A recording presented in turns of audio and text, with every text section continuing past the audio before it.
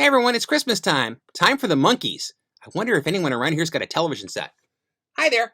Welcome back for another video episode of The Greatest Record Ever Made. I'm Carl Caffarelli, the co-host of This Is Rock and Roll Radio with Dana and Carl, heard every Sunday night from 9 to midnight Eastern, right here in Syracuse on Spark, WSPJ-LP Syracuse, 103.3, 93.7 FM, and on the web at sparksyracuse.org. I'm also a writer, and I'm working on a book called The Greatest Record Ever Made, Volume 1.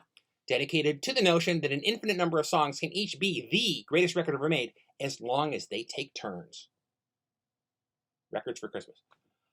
All of the videos in this series so far, and most of them, if not all of them going forward, are going to be songs that are in the book. I have a list of 175 songs that I intend to include in the book if it's ever published. Each one the greatest record ever made.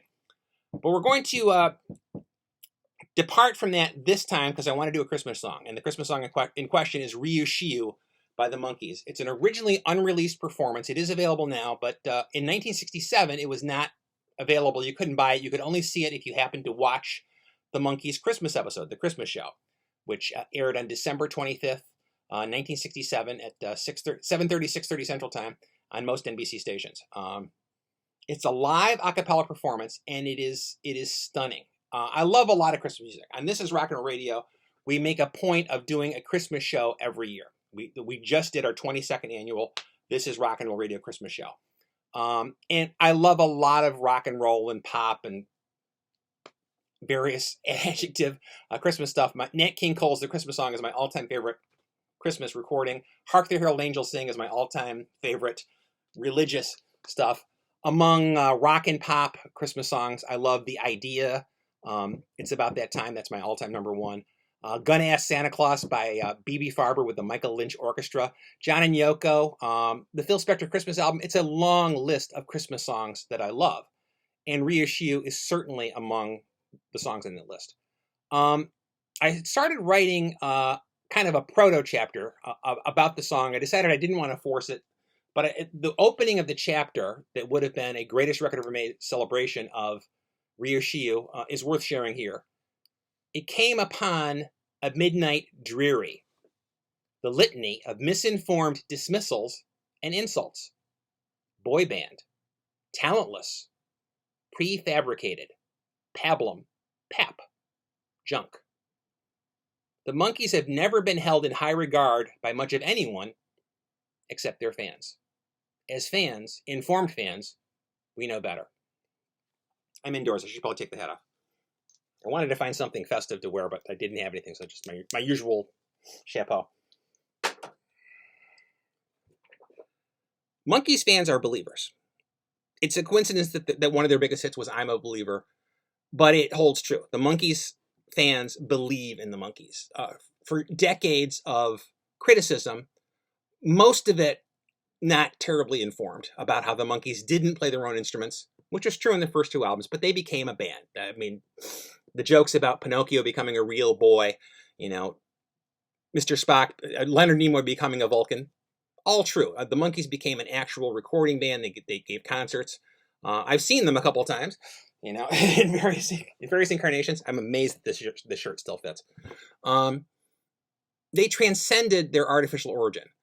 I have heard people suggest, nothing recently, I've heard people suggest in the past comparisons of the Monkees to Milli Vanilli, a popular act that did not sing on their recordings. They just lip-synced. And that was never true of the Monkees. From the earliest release days, very early on, Boyce and Hart provided vocals for the recordings, but those were never used. Every single Monkees track released in the 60s and since then had a lead vocal by at least one of the Monkees, if not more. Mickey Dolenz, Davy Jones, Michael Nesmith, Peter Tork.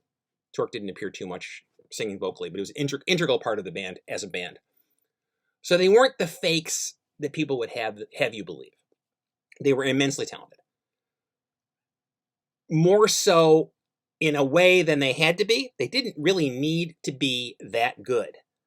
They just had to show up, be funny, be engaging, be cute for the little girls, and do what Don Kirshner told them to do and make records that would sell millions.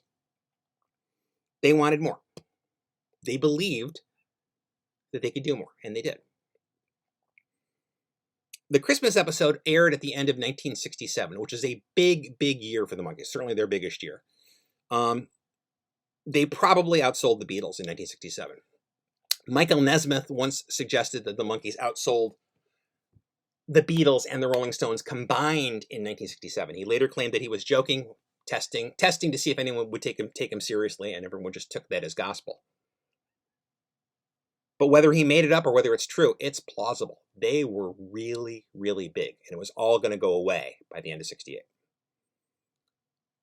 But when they did the Christmas episode, they were on top of the world. They had proven themselves to anyone who was willing to be open-minded enough to accept evidence. They started playing their own music to a degree. They were still managed. They were still part of a corporate machinery. But they had a hand in what they were doing. The 1967 Headquarters album, which was released in June of 1967, is wonderful. And it was made almost entirely by the Monkees with producer Chip Douglas, a couple of outside players. It's a wonderful record. I like the follow-up record, Pisces, Aquarius, Capricorn, and Jones Limited, even more. And that was a mix of session players and Monkees vision. Wonderful hybrid of the approaches. In the Christmas show, near the end of the show, the Monkees come on, just the four of them, Mickey, Davy, Michael, and Peter, and do an a cappella live performance of, I think, a 16th century Spanish folk song, Rio Chiu. And it's stunning. If you haven't seen it, you need to. I will include it, the video, in my This Is Rock and Roll Radio. I'm sorry. I have two things at once. In my This Is the Greatest Record Ever Made video playlist on YouTube. Talentless? Boy band? No. That's absurd. That's absolutely ridiculous. Watch the video. If you don't agree that there's talent there, you're not paying attention. I'm sorry, you're just not paying attention. I'm a believer. Monkees fans are believers by definition. At Christmas time, Christmas invites belief. It aspires to belief. I am not religious by any stretch of the imagination, but I believe in the golden rule. I believe that we can be good.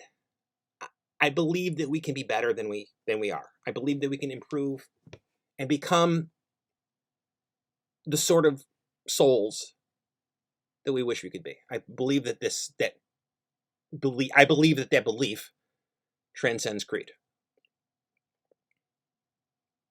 Being a believer, belief is its own reward.